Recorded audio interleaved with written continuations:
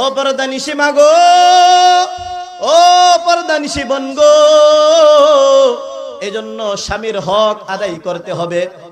স্বামীর হক আদায়ের গুরুত্ব কেমন শুনেন। তিরমিজি শরীফের 1159 নং হাদিসের ভিতরে আসছে, ক্বালা রাসূলুল্লাহ সাল্লাল্লাহু আলাইহি ওয়াসাল্লাম, লাউ কুনতু আমিরান আহাদান আন ইয়াসজুদা লি আহাদিন লা আমারতুল মারআতা আন তাসজুদা লি যাওজিহা। আল্লাহর নবী বলেন, আমি যদি কাউকে সিজদা করার আদেশ দিতাম তাহলে নারীদেরকে বলতাম তারা যেন তাদের স্বামীকে সিজদা করে। শুধু তাই না, অন্য হাদিসের ভিতরে আসছে, জৈনক মহিলা সাহাবী আল্লাহর রাসূলকে জিজ্ঞাসা করলো, ওগো পয়গম্বর, আমি যদি বিবাহ বসি তাহলে আমার উপরে স্বামীর হক কতটুকু?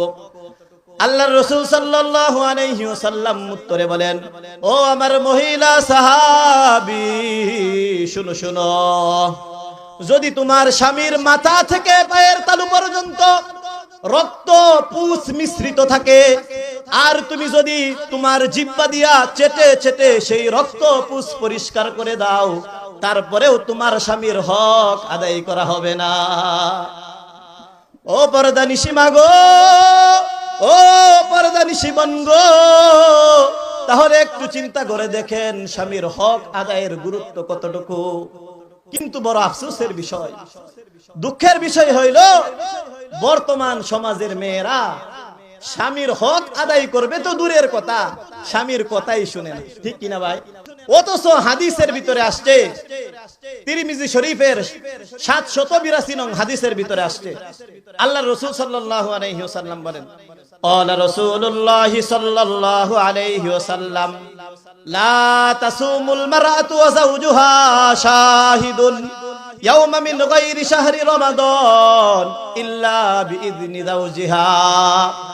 আল্লাহর নবী বলেন, স্বামীর অনুমতি ছাড়া নফল নামাজ পড়া যাবে না, স্বামীর অনুমতি ছাড়া নফল রোজাও রাখা যাবে না। তাহলে চিন্তা করেন স্বামীর আদেশের গুরুত্ব কম নাকি বেশি? ছোট্ট একটি ঘটনা শোনাই। একদিন এক সাহাবী তার স্ত্রীকে ঘরে রেখে সফরে বাইর হয়ে গেল। যাওয়ার সময় স্ত্রীকে নসিহত করে গেল, ও আমার পানির স্ত্রী, আমি তো সফরে চলে যাইতেছি, যতদিন পর্যন্ত আমি বাড়িতে ফেরত না আসবো ততদিন পর্যন্ত তুমি কোথাও যাইও না। জানো কি বলে গেছেন? যতদিন আমি বাড়িতে না আসবো ততদিন পর্যন্ত তুমি কোথাও যাইও না। কে নিষেধ করে গেছেন ভাই? স্বামী নিষেধ করে গেছেন মহিলা সাহাবীকে। নিষেধ করে তার স্বামী সফরে চলে গেল। হঠাৎ করে কিছুদিন পর ওই মহিলা সাহাবীর বাড়ি থেকে খবর আসলো, তোমার বাবা খুবই অসুস্থ, যদি তোমার বাবাকে জীবিত দেখতে চাও তাহলে আয়েশা দেখা যাও। তখন মহিলা সাহাবী চিন্তার ভিতরে পড়ে গেল, আমার স্বামী সফরে যাওয়ার সময় আমাকে নিষেধ করে গেছে বাড়ি থেকে যেন আমি কোথাও না যাই, এখন তো আমার বাবা মুমূর্ষু অসুস্থ, এখন আমি কি করব? ওই সাহাবীর স্ত্রী আল্লাহর রাসূলের কাছে চিঠি লিখলো, ওগো পয়গম্বর, আমার বাবা গুরুতর অসুস্থ, মনে হয় আমার বাবা বাঁচবে না, আপনি যদি অনুমতি দেন তাহলে আমার অসুস্থ বাবাকে আমি দেখতে যাব। আল্লাহর রাসূল চিঠির উত্তরে লিখলেন, ও আমার মহিলা সাহাবী, শুনো শুনো, যেখানে তোমার স্বামী তোমাকে নিষেধ করছে সেখানে আমি তোমাকে অনুমতি দিতে পারি না। চিঠির উত্তর পায়া ওই সাহাবীর স্ত্রী, ঠিক আছে, যেহেতু আল্লাহর রাসূল অনুমতি দিল না, তাহলে আমি আমার অসুস্থ বাবাকে দেখতে যাব। আল্লাহর কুদরতের খেলা বোঝা বড় দায়।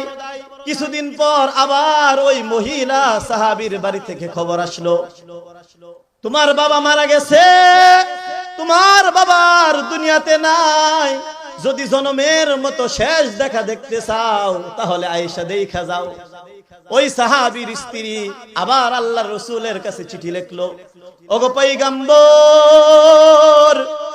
আমার বাবা তো দুনিয়া থেকে বিদায় হয়ে গেছে, আপনি যদি অনুমতি দেন তাহলে আমি জনমের মতো শেষবারের মতো আমার বাবাকে দেখতে যাইতে চাই। আল্লাহর রাসূল আবার চিঠির উত্তরে লিখলেন, ও আমার মহিলা সাহাবী শুনো,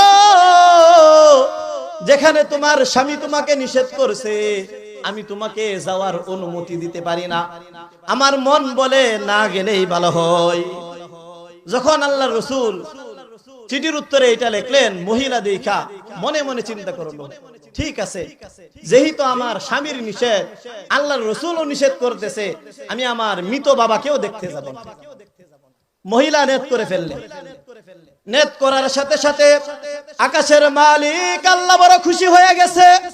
আল্লাহ জিবরাইলকে পাঠাইয়া দিছে, জিবরাইল যাও আমার হাবিবকে গিয়া জানাইয়া দাও, যেই মহিলা তার স্বামীর আদেশ পালন করার জন্য মৃত বাবাকে দেখতে গেল না, আমি তার প্রতি খুশি হয়ে তার বাবাকে বিনা হিসাবে জান্নাত দিয়া দিছি।